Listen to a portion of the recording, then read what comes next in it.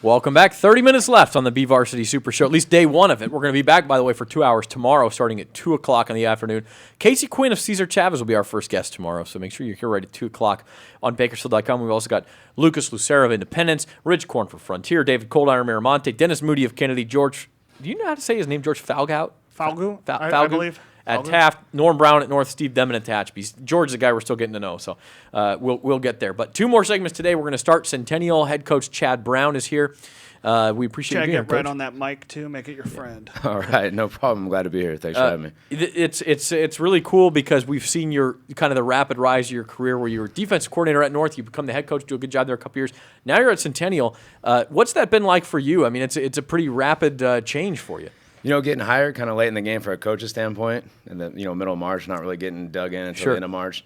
You know, it has been very rapid, and there's been a lot of things we'd had to rush and get put in, and also still having to finish out my teaching contract at North. So I was early mornings with Centennial, couldn't really stay the whole 0 period, but was trying to be there, and then had to hustle over to North to get there for my teaching, and then try to balance it out. And that was the biggest challenge was trying to get our philosophy across offensively and defensively and get a head start because we were already behind with that little bit of time. Let's see, what's the fastest way from Centennial to North in morning rush hour? Olive. Down Hageman, then cross over to Olive. Hageman and then take the back route to airport. Yep, behind the gas station there. Many mornings. So that's something. If you saw the speeding bullet down those roads, not that you would ever speed, but anyway, that part is over. Now you know it's a little bit of a different animal at a Division I school in the SWIL. Do you feel differently about the way you approach things, or are you trying to keep your approach to coaching the same? You know, I think any team you coach, you keep your approach the same. I feel like we prepared North. We honestly try to schedule our practices and do our programs almost at a collegiate level, if you want to say that. And so we brought the same kind of style and attitude towards our practice at Centennial. And I know every coaching change, there's a change in philosophies, there's a change in practice philosophies, offense, defense. And but you know what worked there, hopefully will work at Centennial. We're very confident in what we do. Your staff mostly comes with you, right? I brought my offensive coordinator, Joey Reese, who's I grew up, born and raised in Taft, California. So he came to North with me right when I got the head job, and I bring him with me. He's actually a former Centennial football coach there. He coached for about 8 years with Brian Nixon before, so he was very, very familiar with Centennial. Hold on. Watch this video as it comes through. Oh, there she goes. That's Rosie, right? Absolutely, yeah. Yep. That's Don Kessler's dog. Yeah. Part of the team now. Absolutely.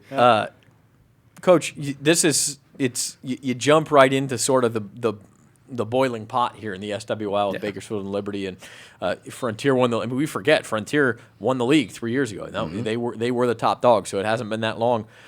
What's your impression of the league? And I know it's the league that even if you're not in it, if you're in high school football in Kern County, you're paying attention to it because it's the top dogs.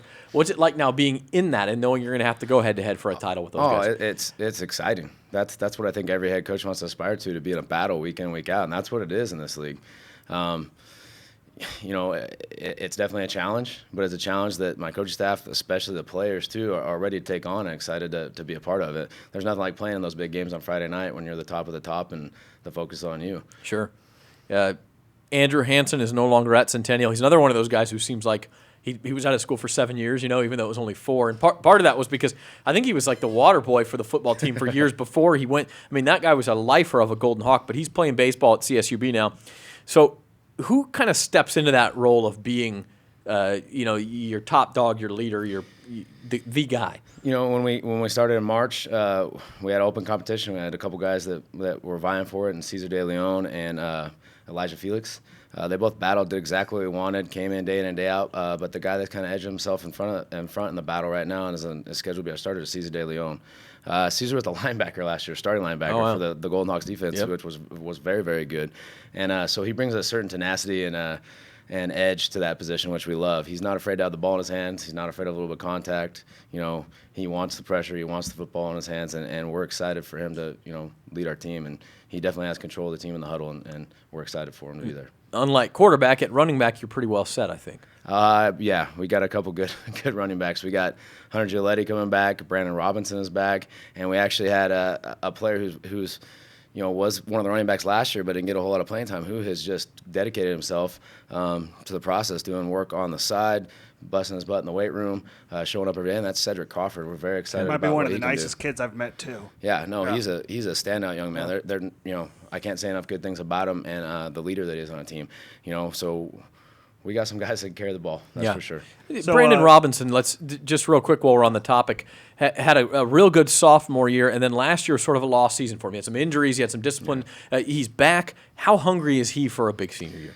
Oh, we've been talking a lot, and he's very excited. He said this first time he thinks ever that he's gotten butterflies in his stomach, and he kind of feels sick to his stomach with this season coming up because he knows how important it is, and he just hasn't been on the field for so long. Yeah. And he, and it shows when he put on the pads for the first time a couple days ago and started rolling around and being able to do those couple full contact practices that you're allowed now. He can be a star, right? And not only run the ball, but defensively, that guy closes space like no one I've seen in person, and he wants to hit. He's excited to be out there, and he's playing hard.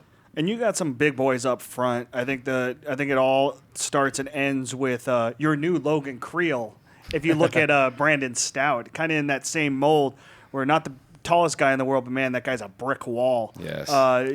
Does your offense kind of your line kind of go and start with him up front? Yeah, we're excited about all five of them up front, but he's definitely the senior leader of the group. And we could have the best running backs in the world behind us, but nothing's going to function without those five guys up front making holes for them. And we're very excited about what our front five can do with, Brandon, who stepped in that leadership role. Again, very strong in the weight room, shows up every day, has a great attitude, and steps up and leads. And you got Max Garris, another senior that we're excited to have on both sides of the ball. You have the Brown twins, which are kind of awesome to have twins in there. You know what's funny about those two? My brother-in-law is a teacher over at Beardsley, and he said those two guys were enormous. And he was like, those kids are going to be huge. And so when I did the story on Saturday, sitting at the house, he was like, I remember those two. They were huge back then. No, and those two, they know each other inside and out, so having them right next to center and guard is pretty exciting. That's awesome. Who's that fifth spot there? Is it Gabe Cherry? Gabe Cherry. Yeah. Gabe is That's someone a big boy. that as a sophomore last year played mostly defense and will be on both sides of the ball for us at end and tackle, and he's just probably, Cedric's hard work, but Gabe just works hard. I mean, he's drenched in sweat every day, going both ways. He has nothing but he doesn't know any other speed but 100 miles per hour, and we're excited about what he's we've been talking for 10 minutes. We still haven't brought up Parker Holbrook either. I mean, Chad, there's a lot of good things to talk about in your first year at Centennial. I mean, you look at Parker. This is a 6'1", maybe 180, but he's the leader for your defense. I mean, he was one of the leading tacklers in the county last year. Parker's one of the smartest football players I think I've been around.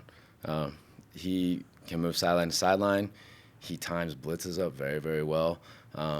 And so he makes up for that maybe you've called a lack of size at linebacker and how smart he is, how he moves, and how he approaches the game. He's definitely kind of the focal point of our defense and leader of their defense, and I'm very excited to be working with him. It's nice to have him back. We talk about offense. You have this bulk, this experience up front. You have these running backs, a quarterback who you say is a runner.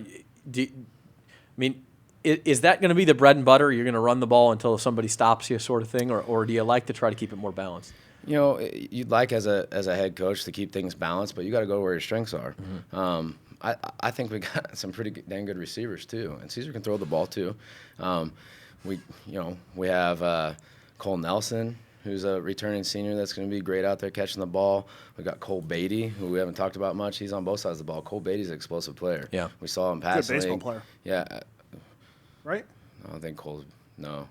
Who am I thinking of? Colby Freeman. There you go. Colby Freeman is another linebacker on the defense side of the ball we're excited about. Sure. Malik Elisi. Yeah. The names just keep rolling here. I mean, you got some experience on this team. No, like I said, when people say, when you look for this job, you're like, I've looked at the roster and who was coming back. You knew what you were doing, yeah. And, not that mattered. I think Centennial itself is just excellence in athletics and academics. It's just a place that you want to be at, and I'm extremely excited to be at. But I knew what players were on that roster just from seeing the highlights, but also going and look at it when the job came open officially. Yeah. And we're excited about what we got coming back, and they've been working hard. And I think they feel like they have something to prove. I don't think the record's been to what they wanted the last couple of years. I think they want to be, the players especially, want to be named with those top dogs that we talk about all the time, not only in our conference but in the Central section. And I think they got a little chip on their shoulder. So let's take a look at the schedule while we have a couple of minutes. Trevor, I don't think 15 minutes has gone by where he hasn't mentioned you guys could be 6-1 or 7-0. It's like you're on repeats on that one. But the point is, sorry, man. No, it's okay. I think you may be underrating the schedule a little bit because there are some tricky games in this front seven. Porterville, that is a team that if you let them, they will run all over. They will use the entire width of the field on you, and they will run the ball until you stop them. Clovis West, that goes without saying. Tehachapi, you go up to the mountain. Redwood's a good program, and then Clovis High, who may be the section favorite. If it's not Liberty, it's probably Clovis coming into 2015. Why I put a loss in there. This is you put one now. If you could get through that at 4-1 and then say win the first 2 league games and be 6-1, like Trevor's saying, you'd be pretty darn happy, I think. No, absolutely. I think that's our goal to win every game we play. And there are some, like you said, Porterville has turned into a powerhouse school in their respective league and their division, and they play some really good football. They get in and out of the huddle, and they spread the field on you. They move. Their defense is disciplined, and so that's a challenge. And then Clovis West, always up at the top. Tehachapi, like you said, Coach Dimon runs a program top to bottom, and he's always going to be someone that's going to give you a challenge. Redwood's a team that we've always gone to play at Centennial, and then you got Clovis, like you said, who's a top school. So coming out of there with 4 wins, and then 2 wins with Stockdale and Garces, who are very good teams too. I mean, there's no week off here, really, I don't think. And I get what Trevor's saying. I mean, there are games in there where if you are going to be a top dog, you take care of those schools. Redwood's not a D1 school. Porterville's not a D1 school. Tehachapi's not. I mean, if you're going to be a top dog in D1, you got to win those games. So there's a certain amount of pressure there too. No, absolutely. No pressure. No, like you said, our goal is to win every game and prepare for that week, and we're confident that we can get wins in all those weeks. We have to be. Well, you have a lot to be excited about, I think. As you step into it, you said you did some research. You knew what you had. Now that you're, say, 3-4 full months into the job, 5 full months, I guess it was March, right? 5 full months now. Are you pleasantly surprised, hey, this is even a better situation than I thought? Or is it the opposite direction where, hey, maybe we're going to need a little bit of time to build what we want here? No, it's been fantastic. It's been nothing but great. I love my time at North, and I was treated very well and made a lot of good, lifelong friends. And the kids there, I can't say enough good things about. I love them, but being at Centennial, I couldn't be happy where we're at and how fast these kids have picked stuff up. And it's a testament to them, how hard they want to work, the attitude and effort they bring every day, and just how bad they want to win and be successful with how much they're picking up in a short period of time. I'm very happy. Well, Chad Brown at Centennial, we appreciate you joining us. Good luck this year in year 1. I think if we've been listening, people know that it's a year maybe to be excited at CHS. So thanks again and good luck. All right. Thank you, guys. Appreciate it. We'll be right back. Our last segment of the day, Darren Carr of Bakersfield Christian is up next. The last one.